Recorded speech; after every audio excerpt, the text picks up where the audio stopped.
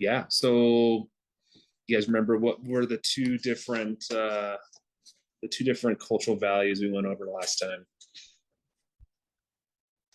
Individualism versus culturalism was the first one, right? Yeah. Second, Collectivism. collectivism. Collective. I'm bad at spelling. It's Um, okay. and then the number two was low power versus high power. Collective. Yes. Yeah. So, the first one's kind of dealing with identity. How does a person identify themselves in their society? Um, as they're part of it or their own unique individual there. And then the second one there was how are different cultures interfacing with authority and low power distance, high power distance. Are we feeling connected as um, yeah, we're all equals, or are we just a cog in the wheel kind of feeling? Different yeah, those can go a lot of different directions. So did you guys notice any of those this last week? Any of them stand out to you? Any experiences with them?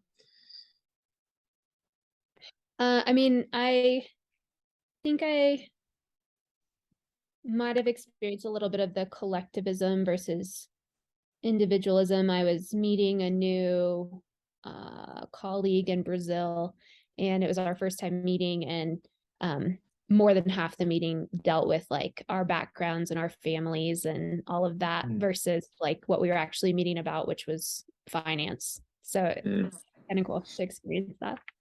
Yeah, that's a really good example of where how you connect with people, what are you connecting over, and we'll get.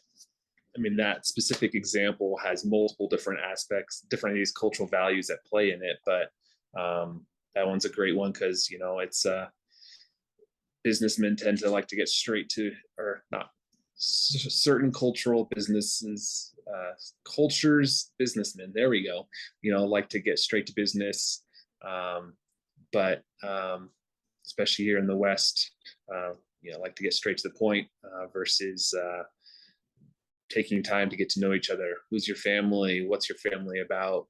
Kids, and where are they at in life? Those kind of things, like, they matter to understand who the person you're interfacing is, so that you can kind of, know how to do business with them. And so, in China, that was a big thing.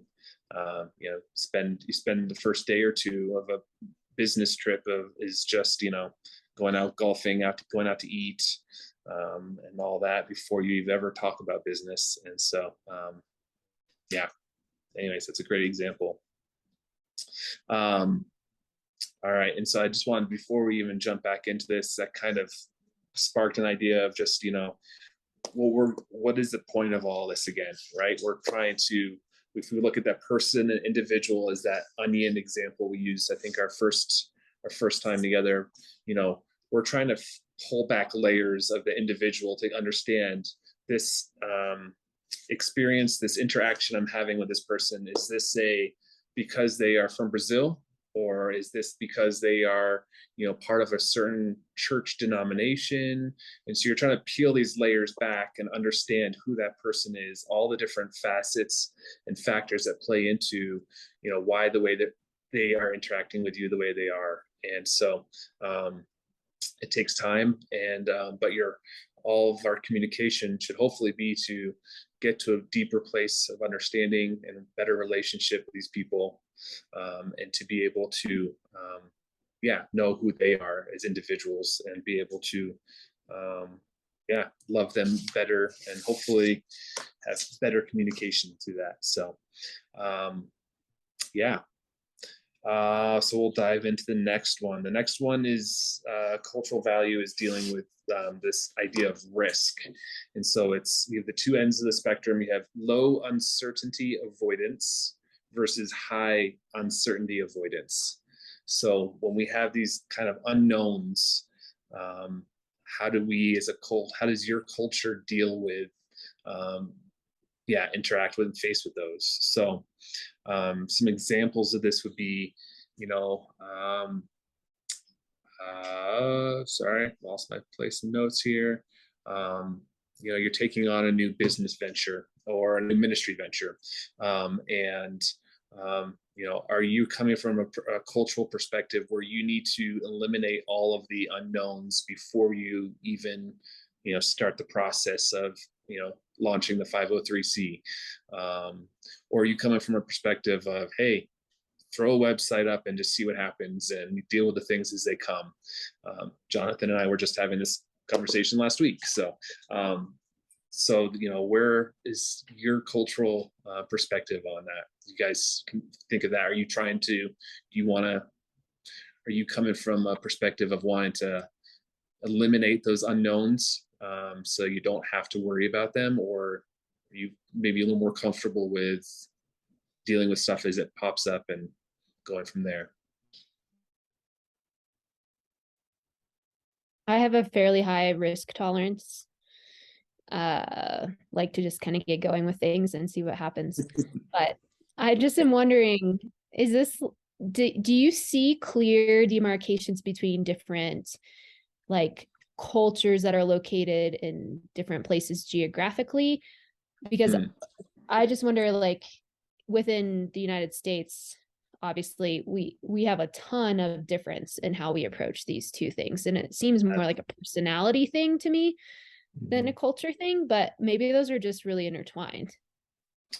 Yeah. So the interesting thing with the United States is we are a nation of immigrants, right? And fairly recent immigrants. So America is always this, what's the word, paradox a little bit in some of these things, because you have people from every country in the world represented here. And, we do have a American, quote unquote, American culture. But that really is a messy thing to be able to define, nailed down quite as much. So yes and no. Americans tend to be a little bit more on the low uncertainty avoidance. So similar to yourself, of being able to kind of, not as worried about risks, willing to step out and see what happens and go with it.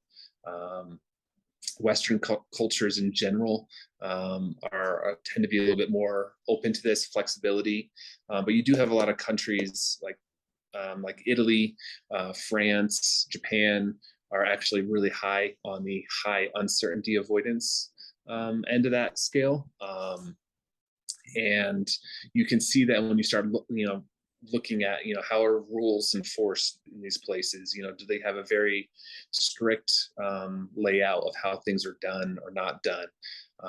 And so yeah, I'm not sure I answered your question on seeing this in the States, because you do see both ends of it, and they would tend to fall more in the middle. It depends on the industry, depends on the geographical location within the States. There's definitely differences within the States on that. But overall, they tend to fall in the middle on that one. But one thing I found interesting is Russia actually is one of the highest rated on the high uncertainty avoidance cultures. And so one of these things is, is trying to eliminate the unknowns. And so when you think of this is not necessarily attached to safety necessarily, because like Russia is known for like having crazy fast driving, like the roads there are pretty nuts, but that still doesn't sorry, I lost my train of thought on how to explain that. So it's not necessarily a safety related thing. It's just trying to be aware of the of risks and being able to put things in place to avoid them, or even just being aware of it is in its own right is helpful. I don't know. Does that make sense? Yeah. So would China also be one that is like a high uncertainty avoidance, with like how they track every single person that comes into their nation and like limit exposure to outside, I don't know, influences and things? So Geert Hofstede is I think he's, where is he? Not Switzerland, Austrian. oh my gosh, what's the word here? Cultural anthropologist, and he's done a Mm. lot of like the big player in this world of cultural intelligence. But he actually labeled China on the lower side, the lower yeah, uncertainty avoidance.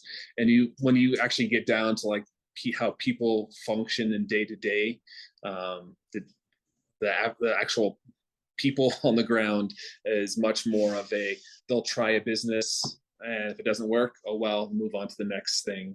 um, and so the government and the actual people on the ground are very different in that. So I would say, yeah, the communist government in that kind of context is much more trying to eliminate the unknowns, trying to avoid these.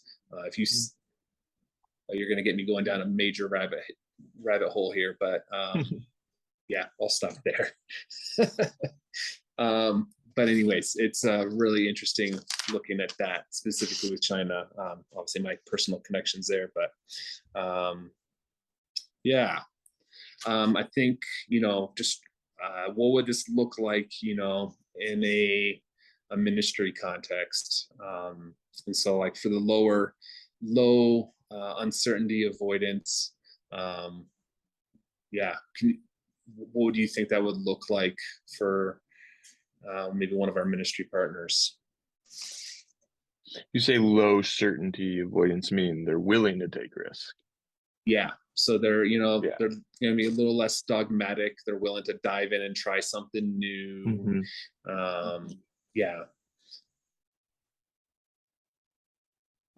Yeah, they'll have people like that will have less things figured out ahead of time, come into a Yeah. meeting with their Yep. dreams or maybe just the end in mind, but no steps of how to get there. Yeah. Yeah. So that's obviously for perception funding, like how to help people, like, you know, navigate these, because we had a member ministry partner that was very much on the high uncertainty avoidance mark, and you know, he was trying to have everything laid out and figured out and planned out before we even, you know, jumped into the next venture. And you know, so that took a lot of work to help kind of figure out how to help that person, you know, actually get these things done, what are actually necessary things, versus the other person who just wants to get on the ground and see what the Lord does, kind of, right? And so these are kind of helpful tools to kind of just be, so we get to know people and help them in their different callings to yeah, figure out what are their actual needs on these. Yeah, sorry, there's a lot of different directions we could go on this one, but I think we'll kind of just leave this here for now. Yeah, any other questions or thoughts on this specific cultural value? I mean, in regards to the ministry partners, what have you seen, Jeremiah, as far as like those in frontier missions, you know, that are kind of going into like less reached places? Do you think that they are traditionally more low uncertainty avoidance, or do you think you get both in that field just because God So will like use anyone? the location or the individuals going to them? The individuals going, like, that Okay. feel called to those places, you know, or that type of ministry. Yeah, and so that's a hard one because, you know, I think the Lord likes to call people into places where they're outside of their abilities, and so He can make His power made clear. And so, I mean, we've seen people from a wide variety of these kind of perspectives going into these different kind of frontier locations. And so it is hard. I had a friend who was extremely on the high uncertainty end of, or high uncertainty avoidance end of that scale. And, you know, it was a lot of stress for him because he was just constantly trying to figure out, like, well, I need to get this thing in place so that I can do this next step. And in the end, I mean, the culture that he was in, he needed to just step out and try and just do something versus trying to just get it all figured out and sorted out, because typically these quote unquote frontier locations or unreached people group locations, they're going to be more of the uncertainty, a low uncertainty avoidance locations. And a lot of that comes with, development, economic development, government, depending on how established, and different aspects of the cultural values of a government are going to play into that. And so this friend David, he had a real hard time, and it was just kind of like always hitting the next wall versus just kind of getting out and seeing what could happen. So there are definitely certain contexts where being willing and able to just kind of try things and see what happens with it can be beneficial. But on the flip side, obviously, if you don't have structure and protocols and things in place for the long term, which is what we're dumping into next year, the next culture value there. But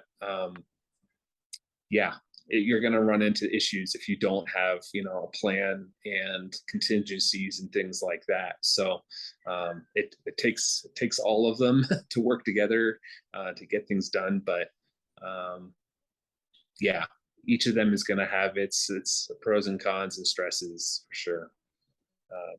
So I answered and did not answer your question there, but. Oh, no, that was helpful. Yeah. Thank you. Yeah. Anything else on that one? All right. I could not think of any biblical examples. I like to try to come up with biblical examples for each of these. This is one I struggled to find a good one on. If either of you have any thoughts on those, let me know. But it's, I think God likes to make us step out of our comfort zones. So I think we all like to feel comfortable with things to a certain extent, but. All right, so we'll stop that one there. The next one is cooperative versus competitive. And this is kind of the addressing kind of that human need for achievement or not. So cooperative versus competitive. And this is kind of just emphasizing whether we're trying to whether it's more meaningful for our culture or for me to more meaningful for me to be working well together with those in my community or my work team to accomplish a goal versus that, the end goal is the only thing that matters, achievement, getting it done, task first kind of perspective. And so, we see these, this one especially, I think, going back to that onion example of the individual, if we're talking to someone, some people are just more naturally competitive and, other people like to hang out and work together. So this one can be a little bit harder to define, but it is helpful to be aware that some cultures are more, cooperative focused, and, taking time to work together, and getting to know each other and have that relationship to get forward is more important, versus other cultures where it's, very much the, get it done. We're the best. I'm doing the best job, trying to compete against your other coworkers for the better position or whatever it may be. Do you have any, where would you guys say you fall on that scale? Sorry, my cat is very upset right now. I think it kind of depends on my motivations. Like, if I just really need to get something done or behind or excited about something, I don't want to collaborate. But if somebody else I know, if they're better skilled at something, or I know I need them, or just the setting, like coming into it, the mindset, I know I need to collaborate on this with folks and being open to it. Yeah. So I don't know. I'm both ways. I am similar to Jonathan in that, like, I'm thinking of an upcoming project I have that I can contribute one piece of that project, but I absolutely can't get the whole thing done because I don't have the skills or the knowledge to do that. And in that instance, I'm so grateful for collaboration and the shared responsibility.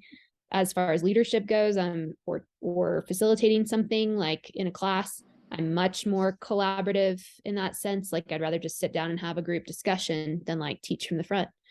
But my personality by nature is like a bit more achievement oriented. Like I like to achieve things. And I wondered when you first started talking about this one, is this like thinking about the individualistic versus the collectivist, do these parallel pretty closely? Whereas like the more collaborative cultures also are the collectivist cultures and the individualistic are the competitive ones typically, or can you have a competitive collectivist culture too? Yeah, you can. And that's where, it does get messy because they do seem like logically these would be very similar, parallel, like you said. But you do get cultures where, it's, so China would be an example of, they're very much a collectivist, but they are very competitive culture in general. Obviously broad brush strokes there, but yeah, and so it does seem counterintuitive a little bit, but you do get that, we have to work together to be the best. And so American culture in general would definitely be more competitive. Now historically would be more competitive, achievement based, we're the best, we're number one, America's number one kind of mentality. But that is also changing, and changing rapidly with the millennial and Gen Z generation, is shifting much more to that cooperative and even collective perspective. So I use this example. I'm very hesitant to use the example, but I think is a helpful one, is the presidential debate between Trump and Biden before that election. And you had Donald Trump was like attacking Biden personally, attacking his policies, his background, and very competitive. Like, we need to win, we need to be the best, we need to have the best trade deals, that kind of perspective. And then you had Biden on the other side, who was not attacking Trump directly as much, nearly as much, and his emphasis and focus tend to be a lot more on the, hey, how do we work together with the other nations to accomplish the same goal, similar goal of, I think one of the examples was global warming or climate change, and so there's two very different perspectives.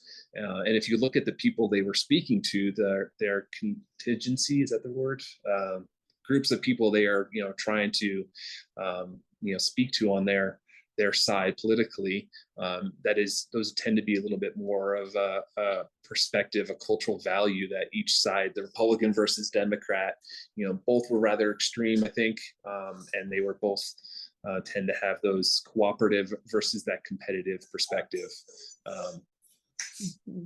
I think it's definitely interesting to see, these things starting to play out in politics in different areas. So, yeah.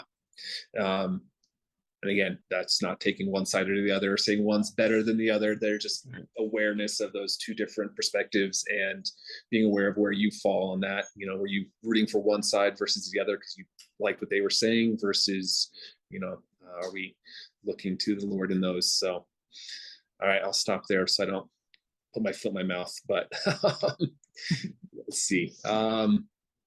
Yeah. So I think we'll leave that one there. Kind of gives you some perspective. Are there any specific countries that come to mind with these, besides the examples we just gave, besides the US and China there?